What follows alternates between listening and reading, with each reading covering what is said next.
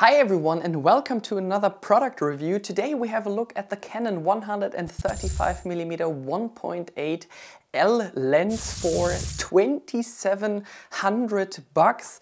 A few weeks ago I've done a comparison between the Canon RF 70 to 200mm 2.8L and the Canon RF 135 1.8L. So if you're unsure to spend $100 more on the telephoto zoom lens, you might check out the comparison between those ones.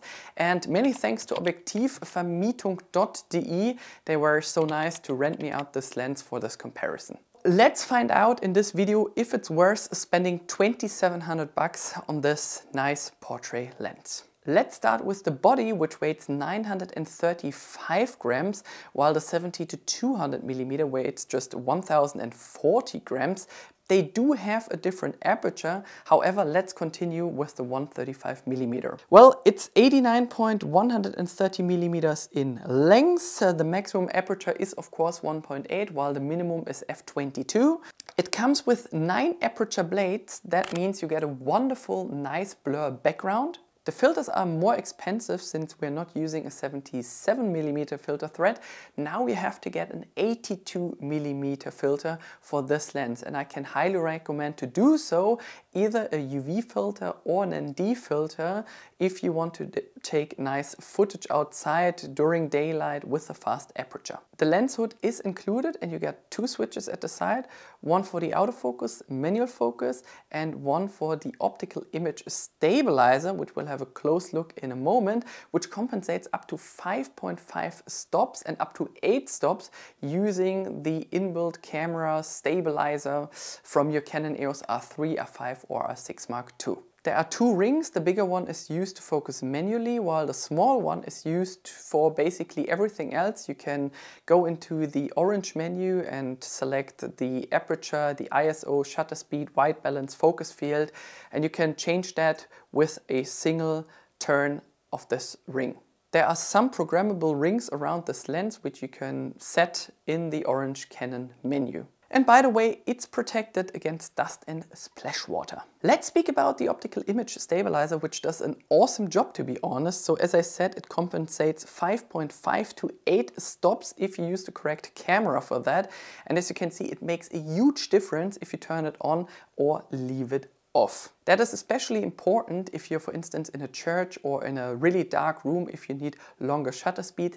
And it's great for video as well. If you do a lot of shots handheld, you won't feel these vibrations anymore. Next topic is chromatic aberrations, and to be honest, I've taken a couple pictures on metallic or glass surfaces and I couldn't see any of them. I was going into Adobe Lightroom, I zoomed in, out, I was going through the entire image and I haven't spotted any, not a single magenta or green shimmer on any of these photos, and it's stunning. If you find some and you think that's a problem, use the automatic correction. If we speak about dark edges, so-called vignetting, you will definitely spot some at faster apertures of 1.8. If you stop down to about f4, you will get rid of them in a natural way. However, if you feel that using a 1.8 aperture with these dark edges bothers you, nothing to worry about if you use the automatic correction in Adobe Lightroom. And you can also make use of the vignetting to draw someone's attention on a specific point with these dark edges as well. So it's not always a problem. Let's speak about sharpness. To be honest, I haven't used any RF lens so far which wasn't sharp at all. So they are all extremely sharp and I've used tons of lenses already.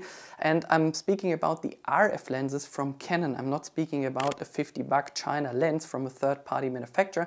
I'm speaking about native RF lenses from Canon. They're all sharp, so is this one here. It doesn't matter if you shoot at 1.8, make sure to set the focus point where you want to have the sharpness. Don't expect the entire forest to be sharp if you have set a 1.8 aperture and a focus point on a single leaf and expect the forest to be sharp. That's not going to be the case. But if you use the appropriate aperture for the scene you're in, you will get sharp results with any of these RF lenses. And also the image stabilizer comes in quite handy for longer shutter speeds if you're taking any handheld shots. By the way, I did a free guide here on YouTube, Learning Photography for Beginners. The link is listed in the video description below. Now let's speak about the closest focusing distance and details. The minimum focusing distance is just at 70 centimeters, which is pretty close for a 135mm focal length. It is extremely nice for taking detail photos. And I was in Frankfurt for you at Hedi Schuhmacherei, which is a shoemaker who does like awesome shoes. So if you ever have the chance to visit Frankfurt, make sure to check out his store. So I was in that store and I've taken some nice detail shots for you, and I was able to blur out the background completely using this lens, or even the foreground. It depends on where you set the focus point. It's ideal for nature shots, portraits, for videos. The only thing where I would say there are better focal lengths is for food. I tried out some food photos just to make sure that I've tried it out. And yes, it's a nice kind of field of view. However, I would say there are much better focal lengths like this 35mm lens, which I'm using here at the moment, or an 85mm fixed focal length macro lens whatsoever. Let's speak about traveling. So I would say if you have enough money, space doesn't matter and weight doesn't matter, get the 135mm lens. You wouldn't make any mistake. But if you have to decide between a 70 to 200mm lens and a 135mm lens for traveling, I would definitely go with the zoom lens. If you're primarily taking portraits on vacation, or you have nice jobs in the Caribbean islands or in Africa where you say, no, I'm just going there to take some nice portraits and I always have the same distance to all my subjects, I would definitely go with the 135mm lens because it's made for taking portraits. However, I would say it's less practical for traveling, and there are better options like the 24 to 70, 24 to 105 or 70 to 200mm because it gives you more flexibility. Don't get me wrong, you get a lot of nice shots using the 135mm lens, but you are not as flexible as with a zoom lens for traveling. Let's speak about portraits. I mean, this lens is made for taking portraits, and it doesn't matter if you use the RF or the EF version. I found the EF version on eBay for about 600, 700 bucks with the adapter, let's say 900 bucks.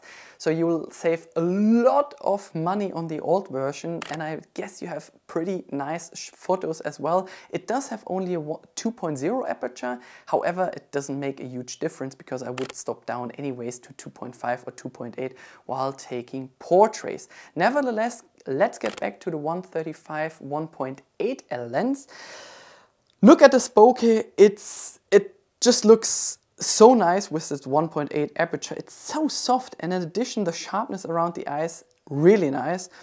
And it's extremely nice for the church with longer shutter speeds at low ISO, thanks to the image stabilizer of this 1.8 aperture lens. Look at this bokeh, which we'll speak about in a second. It seems to be that this field of view of this 135mm lens is just made for taking nice portrait images. Let's stop here for a second. Have you heard about my preset store? It's listed under the link tree provided in the video description below. Here you will get a lot of nice presets for Sony and Canon. Just apply any of these presets in Adobe Lightroom to enhance your image quality. Let's get back to bokeh. I've rarely seen such a soft bokeh. These 9 aperture blades create such a nice round bokeh. So it's ideal for portraits under natural light. It's great for video as long as you don't need to zoom. Anytime you need to zoom, you need to make sure to get a different lens. And if you don't need this flexibility, get the 135mm lens. And I would say if you zoom in on the 70 to 200mm lens at 2.8, you kind of have the same soft bokeh as on this lens shooting at 1.8. Last topic of this review is video.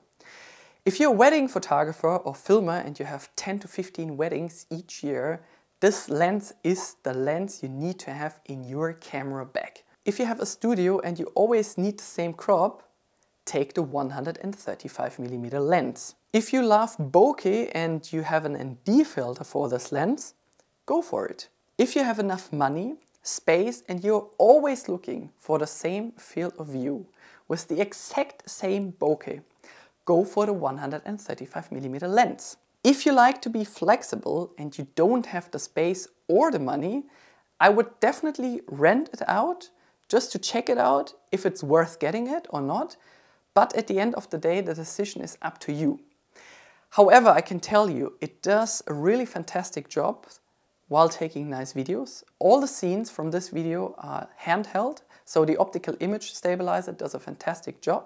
If you're taking video in daylight and you want to make use of the fast aperture, make sure to get an ND filter because you're restricted to some certain shutter speeds. So it is a great lens for taking videos, however you're not flexible. Let's summarize here very quick. It is an awesome lens for portraits, nice bokeh, filming, wedding, nature, details. I was lucky to borrow it out before spending 2,700 bucks because I would say it's not a lens for myself. If it's around 1,800 bucks, I would say, well, it's probably worth getting it. However, I'm not the kind of person who's doing like 20 weddings a year, so it doesn't make any sense for myself to get it. As I said, if you're primarily taking any photos of wedding or portraits, go for that lens. But if you compare it to the Sony version for just 1,500 or 1,600 bucks, it's really expensive. I know that the Sony version isn't equipped with an extra optical image stabilizer, which would make this lens even bigger and probably more expensive. However, I think 2,700 bucks is a lot of money for a fixed focal length with an aperture of 1.8. If you're looking for alternatives when it comes to fixed focal length, I would either check out the 50mm 1.8, 1.2, the 85 2.0 macro, or even the 85 1.2L, but that costs around 3,200 bucks, so it's even more expensive, but it gives you a wider field of view. However, I would say thanks a lot for paying attention. If you have any further questions, make sure you leave a comment below and check out objektivvermietung.de if you're ever in Germany and you want to rent out a lens. Thanks for your attention and see you very soon. Tschüss.